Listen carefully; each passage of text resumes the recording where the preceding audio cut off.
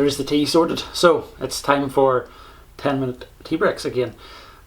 We've had a really good summer. We've been exceptionally busy, but also we've had actually really good weather as well. So unbeknown for Northern Ireland, we've actually had a summer full of sunshine, and it's actually even still sunny now, even though it's autumn.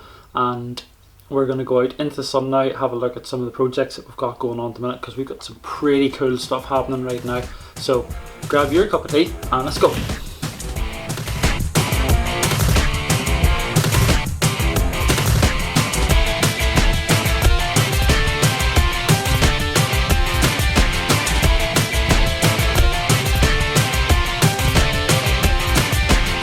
This is another E31 8 series, is 840ci. This is a class car, this is amazing. Hopefully we'll be able to show you when it's off the lift again. This car is on hydraulics and it's either low or extremely low. But what it's here for is something that you may remember from before when we had the burgundy one in, which was that we couldn't get the elliptical bushes at the back, which are these things. What we did in the end was, because we couldn't get any, because there just isn't any produced, BMW will only sell you the full arm. I can't remember what price it was, but it was a lot. And obviously the one on each side, it's for the rear upper wishbone on both sides. You stick your head under here, you'll be able to see where that arm is. It's the arm. It's the arm that goes from the subframe there to the hub here, and obviously this bushing, then the spherical bushing is in between the arm in here, so to allow that arm to pivot. So what we did was we got our own bushes made, and we've got a couple of those pressed into. This is the arms here for this car. They look a little bit trusty, but they're fine. They're structurally 100%, and we've had these bushes pressed in here, so you can see it looks like new because they are new. But we got those made. We couldn't find anywhere that made a replacement bush for that, so we just went ahead and got our own made.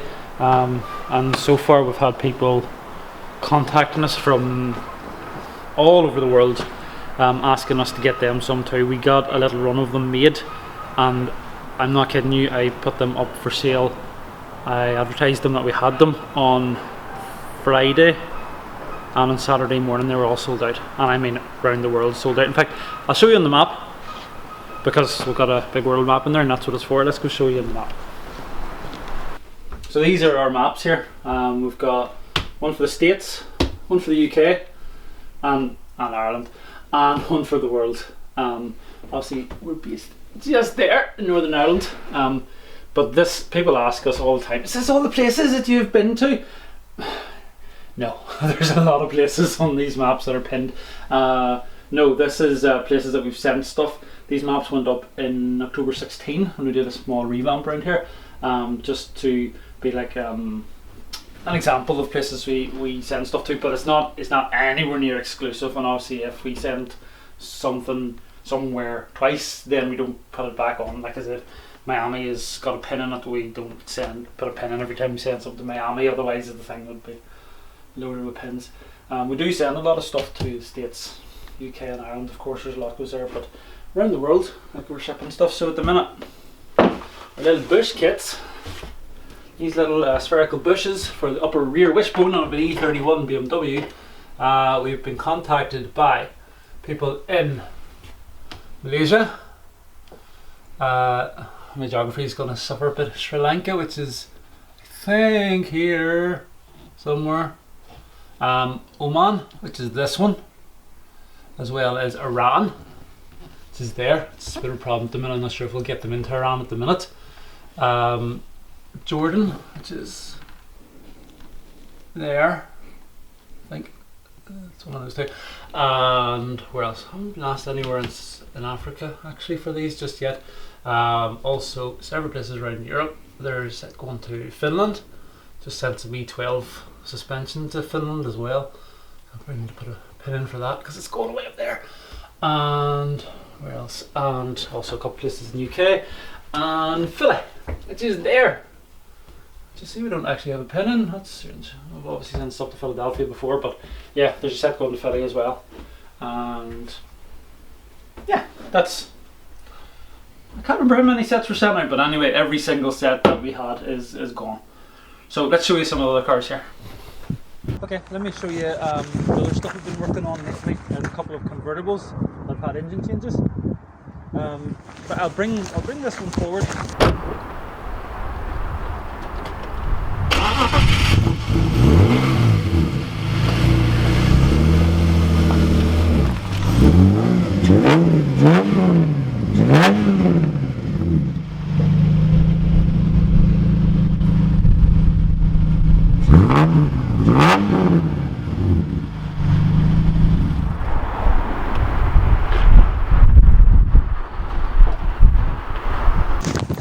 That, my friends, is what you get when you put one of these in. Now, for anyone who isn't too sure what that is an M52 TU engine. So it's an M52 TU B28, which is 2.8 capacity, 2773cc, straight 6 motor, with a twin Vanos setup, which is why it's called the TU. TU stands for Technical Update in BMW terms, and the TU, or the technical update, was that they added on this twin Vanos system.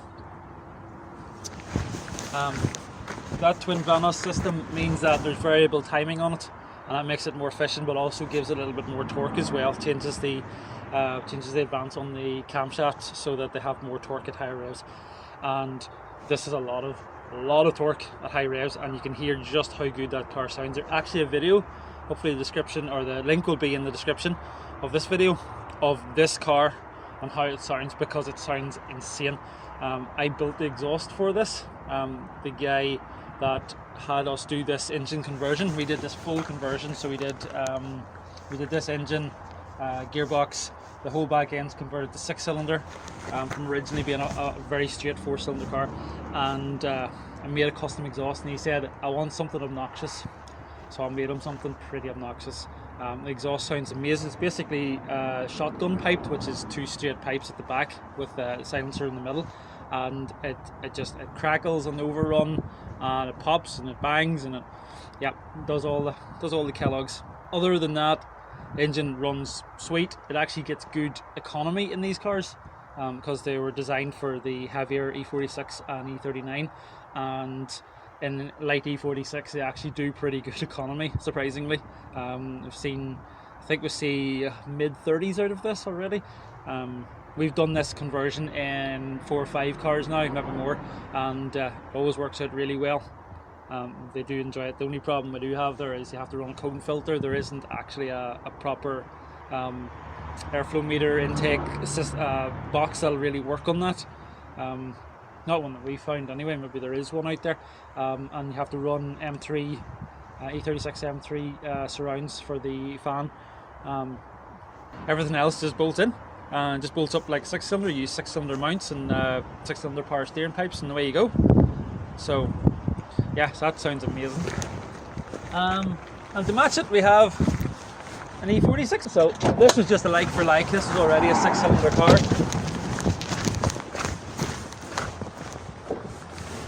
And we went with just another standard engine. You can see the similarities between that and the one on the E36. This is an M54 engine, which is the next version after an M52 TU. So again, it has the twin Vanos. It's basically the same. There's a lot of similarities. It uses the same block and head, but the management system's different. The intake system's different, and there's a few other small changes with some of the ancillaries. The owner that has it really loves it and had to have it fixed, of course. So it's all done now. The car's actually really sound as well, so there's no other issues that need doing on it. So that's just been having its last little final rundown, little test drive. I've done a few miles in it just to settle everything in, make sure it's all good. So I'll be going back to the customer this week. So I thought, while we're in the sunshine, we'll show you the convertibles, because they'll be going. Both those convertibles are due to pick up maybe tomorrow, I think. Both of them are going to their respective owners, and then we get on with that E31 and some of the other cool stuff that we have sitting ready to go. which we will talk about next week. So, see you then.